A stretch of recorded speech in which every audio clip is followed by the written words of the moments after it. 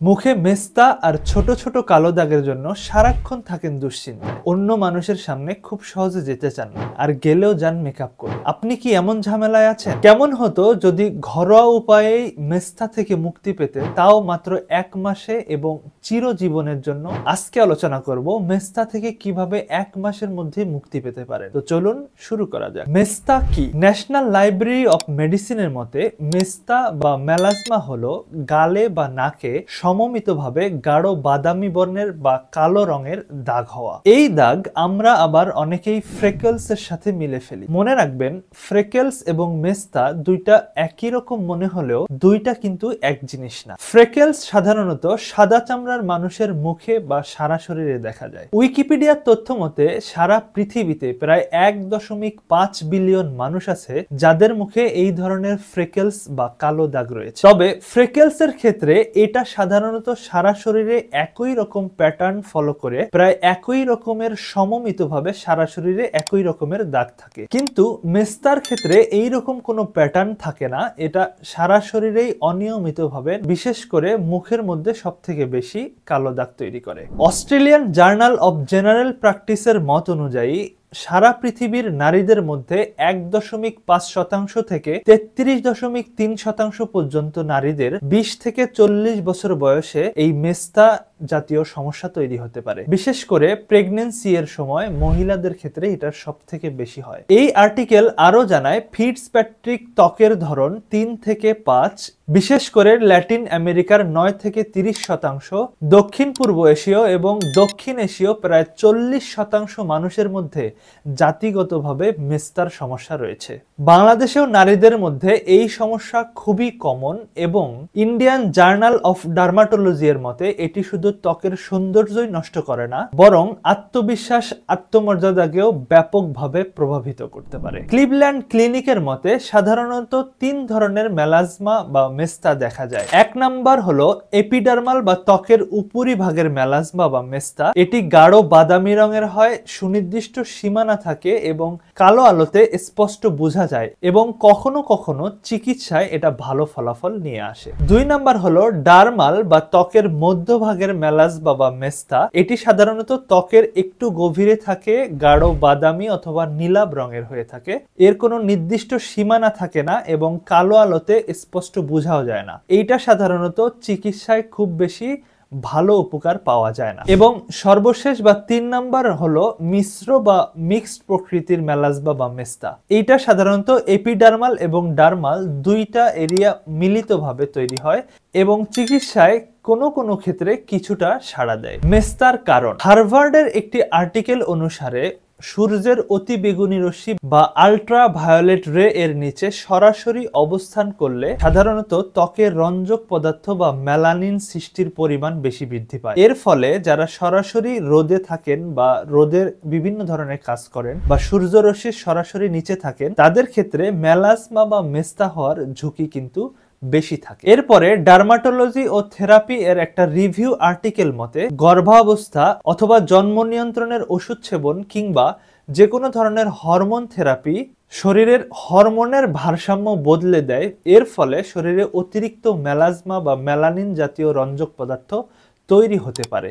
এর ফলে হরমোনাল চেঞ্জের কারণেও কিন্তু শরীরের নানা জায়গায় মেস্তা বা মেলাজমা তৈরি হতে পারে। এরপরে একটি গবেষণায় দেখা গেছে যে পরিবারের যদি কারো মেস্তা বা মেলাজমা থাকে, তাহলে জেনেটিক ভাবে বংশ পরম্পরায় এই রোগ হওয়ার সম্ভাবনা বেশি থাকে। প্রায় 60% মানুষের ক্ষেত্রেই এই মেলাজমা বংশগতভাবে হওয়ার সম্ভাবনা থাকে। এর পরবর্তী যে কারণটা বাংলাদেশে সব থেকে কমন, সেটা হলো পুষ্টির ঘাটতি।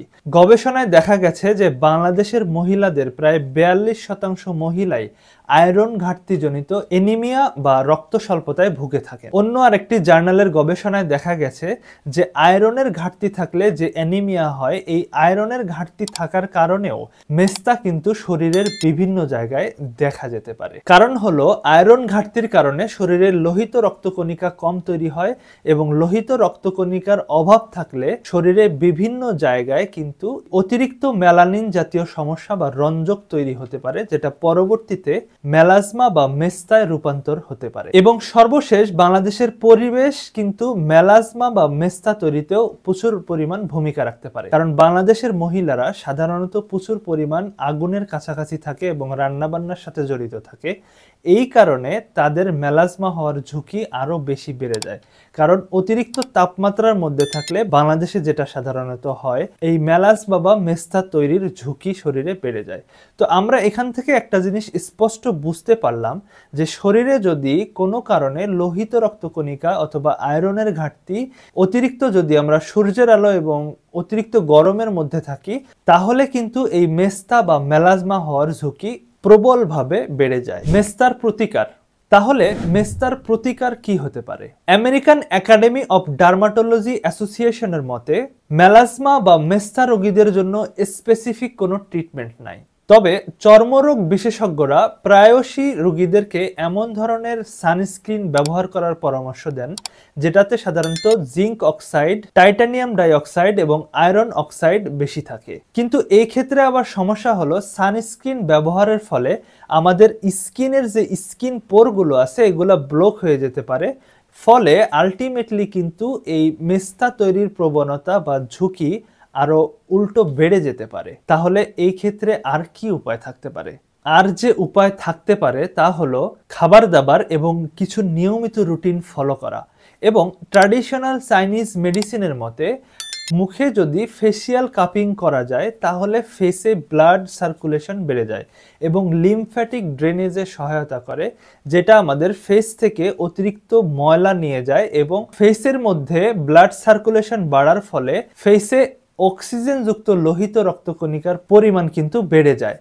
এই কারণে দেখা যায় যে ব্লাড সার্কুলেশন বাড়লে এবং লিম্ফ্যাটিক ড্রেনেজ উন্নত হওয়ার কারণে অনেক সময় ফেসিয়াল কাপিং আপনাকে মেস্তা থেকে বাঁচাতে পারে। এবং অনেক ব্যবহারকারীর মতেই একই সাথে যদি ট্রিটমেন্ট চালানো যায় এবং কিছু রুটিন ফলো করা যায়, সাথে ফেসিয়াল কাপিং নিয়মিত করা যায়, সেক্ষেত্রে মেস্তা বা মেলাজমা এবং অন্যান্য পিগমেন্টেশন বা ছোট ছোট দাগগুলো মুখ থেকে রিমুভ করার মাধ্যমে মুখকে পরিপূর্ণভাবে সতেজ সজীব করা সম্ভব। তাহলে ফেসিয়াল কাপিং কি? ফেসিয়াল কাপিং হলো ট্র্যাডিশনাল চাইনিজ মেডিসিনের মতে এক ধরনের ছোট ছোট কাপের মাধ্যমে ফেসে সাকশন তৈরি করার মাধ্যমে ব্লাড সার্কুলেশন উন্নত করার একটা পদ্ধতি। এটি রক্ত সঞ্চালন বৃদ্ধি করে, ফলে ত্বকে অক্সিজেন এবং পুষ্টি সরবরাহ বৃদ্ধি পায়। লিম্ফ্যাটিক ড্রেনেজ উন্নত করে, ফলে ফেসে যে স্কিন পোরগুলোতে বিভিন্ন ময়লা জমে এগুলো খুব সহজে ফেস থেকে ন্যাচারালি ক্লিন হতে সহায়তা করে। এটি ত্বকের পিগমেন্টেশন হ্রাস করে, ফলে ফেসে মেস্তা বা অন্যান্য যদি কালো দাগ থাকে সেগুলোকে দূরীভূত করতে সহায়তা করে। এবং দীর্ঘদিন ফেসিয়াল কাপিং করলে ত্বকে কোলাজেন এবং ইলাস্টিনের পরিমাণ বেড়ে যাওয়ার কারণে ত্বকের কোমনীয়তা এবং রূপ লাবণ্য বৃদ্ধি পাওয়ার সম্ভাবনা বেড়ে যায়। সবশেষে বলবো, আমি জানি আপনি হয়তো ভাবছেন মেস্তা আপনার কতই না ক্ষতি করছে, সামাজিকভাবে আপনি নিজেকে নিজে কতই না হেয় করছেন, কিন্তু সাদা চামড়ার সেই মানুষগুলোর কথা ভাবুন যারা সারা বছর মুখে ফ্রেকেলস বা এই কালো কালো দাগগুলো নিয়েই থাকে, অথচ সারা পৃথিবী তারা কিন্তু আজ ডমিনেট করছে। মনে রাখবেন, সামান্য মেস্তার কারণে আপনি কখনোই আত্মবিশ্বাস হারাবেন না এবং নিজেকে হেয় মনে করবেন না।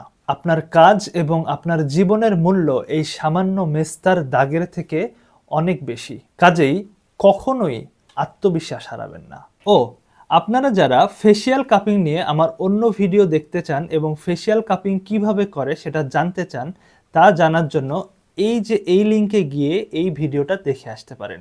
এবং এই ভিডিওটা ভালো লাগলে লাইক করবেন, কমেন্ট করবেন আপনার যদি কোনো প্রশ্ন থাকে, এবং অবশ্যই আপনার প্রিয়জনরা যারা মেস্তা নিয়ে সমস্যায় আছেন বা মেলাজমা নিয়ে সমস্যা আছেন তাদের সাথে এই ভিডিওটা শেয়ার করতে ভুলবেন না।